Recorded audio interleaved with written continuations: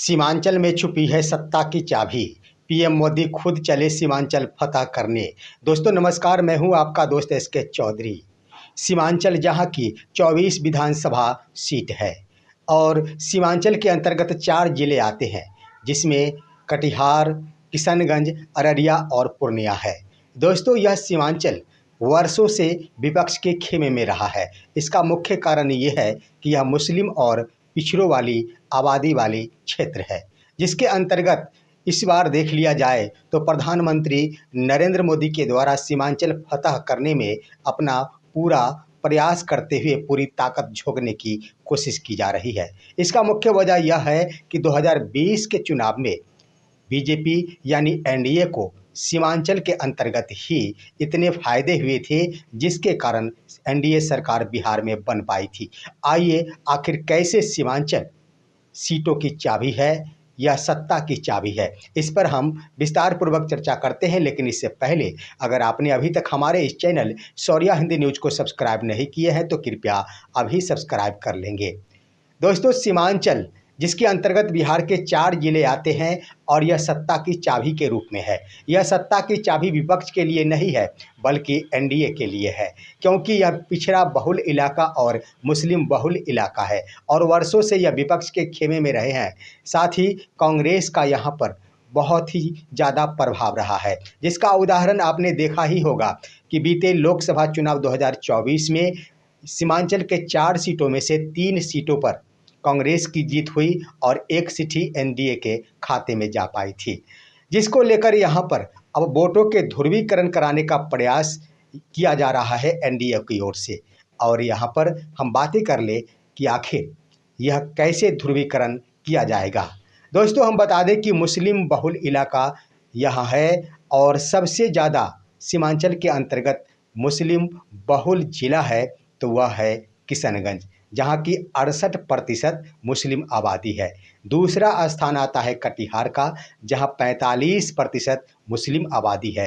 तीसरा स्थान आता है अररिया का, जहाँ 43% मुस्लिम आबादी है और चौथा स्थान आता है पूर्णिया का, जहाँ 39% मुस्लिम आबादी है। यहाँ मुस्लिम आबादी बहुल इलाका है, साथ ही साथ पिछड़ा बहुल इलाका भी है। लेकिन यहीं पर वोटों की ध्रुवीकरण कराने का प्रयास किया जा रहा है एनडीए की ओर से इस वर्ष विधानसभा चुनाव 2025 में। इससे पहले 2000 की बातें की जाए, 2020 के विधानसभा के चुनाव के अंतर्गत अगर एनडीए को सत्ता हासिल हुई थी तो वह सीमांचल के सीटों के बदौलत ही हुई थी, क्योंकि 24 विधानसभा सीटों में से 8 विधानसभा सीट पर एनडीए की जीत हुई थी। बाद बाकी अन्य विपक्षी के खेमे में गए थे, जिसमें 5 गया था एआईएमआईएम के खाते में। अब आइए दोस्तों, उस वक्त कुल मिलाकर 2020 में एनडीए के खाते में 125 सीटें गई थी। अगर 3 सीटें यानी ज़्यादा 122 सीटें चाहिए थी बहुमत के लिए, परंतु 125 सीटें प्राप्त हुई थी। अगर उसी में से 4 सीटें कम आ जाती तो एनडीए सत्ता में नहीं आ पाती। लेकिन सीमांचल के 8 सीटों के बदौलत ही यहाँ पर एक तरफ एनडीए को सत्ता हासिल हुई तो दूसरी तरफ आप गौर करेंगे उसके बावजूद भी आप यहाँ देखेंगे एआईएमआईएम को भी 5 सीटें प्राप्त हो गई थी, जिसके कारण यहाँ पर फायदा हुआ था। यही 5 सीटें अगर चली जाती महागठबंधन के पक्ष में तो कमज़ोर हो जाती बिहार एनडीए, जिसके कारण वोटों का ध्रुवीकरण किया जाना मुख्य लक्ष्य बनकर रह गया है बिहार एनडीए के लिए। यहाँ पर प्रधानमंत्री नरेंद्र मोदी के द्वारा खुद ही सीमांचल फतह की शुरुआत कर दी गई है, जिसका उदाहरण आप देखे होंगे कि बीते सोमवार यानी 15 सितंबर 2025 को प्रधानमंत्री का आगमन हुआ था पूर्णिया में, और पूर्णिया में आने के बाद 40,000 करोड़ की सौगातें दी गई, जिसके अंतर्गत यहाँ एयरपोर्ट का उद्घाटन किया गया, राष्ट्रीय मखाना बोर्ड का उद्घाटन किया गया, 35,000 लोगों का प्रधानमंत्री आवास योजना के तहत गृह प्रवेश कराया गया। यानी विकास के मुद्दे से जोड़ा जा रहा है एनडीए की ओर से। जातीय समीकरण बनाम विकास से जोड़कर इस बार के चुनाव में कोशिश की जा रही है एनडीए की ओर से कि किसी तरह यह सीट को साध लिया जाए। ज़्यादा से ज़्यादा सीटों को अगर साध लिया जाता है तब ही एनडीए काबिज हो पाएगी बिहार की सत्ता के ऊपर, अन्यथा नहीं। दोस्तों, इसके अंतर्गत आप विपक्षी के खेमे में देखेंगे तो विपक्ष की ओर से भी यहाँ पर जोरों शोर से प्रयास किया जा रहा है, क्योंकि वोटों का ध्रुवीकरण होना ही विपक्ष के लिए बहुत मुश्किल खड़ी कर देती है। यहाँ पर एआईएमआईएम पिछली बार 5 सीटों पर चुनाव जीती थी, लेकिन उसके चुनाव जीतने के बाद भी 8 सीटें एनडीए के खाते में चले गई थी और यह मुस्लिम एवं पिछड़ा बहुल इलाका है। लेकिन यहाँ पर वोटों का ध्रुवीकरण हो जाता है। दोनों मिलाकर कह दिया जाए, एनडीए के खाते में 8 सीट गई थी और उधर एआईएमआईएम के खाते में 5 सीटें गई थी। अगर ये तमाम सीटें जिस तरह से लोकसभा के चुनाव में देखने को मिला कि 4 में से 3 सीटें महागठबंधन के कांग्रेस के खाते में गई, ठीक इसी प्रकार अगर 8 सीट एनडीए के और 5 सीट एआईएमआईएम के 13 सीट हो जाते हैं। इसमें से अगर 11 सीटें भी चली जाती महागठबंधन के पक्ष में तो महागठबंधन की सरकार बन जाती। लेकिन वोटों का ध्रुवीकरण ने एनडीए को वर्ष 2020 के चुनाव में मजबूत कर दिया था, जिसके कारण यहाँ पर महागठबंधन की सरकार नहीं बन पाई थी। अब ऐसे में इस वक्त बड़ा मुद्दा बन चुका है सीमांचल।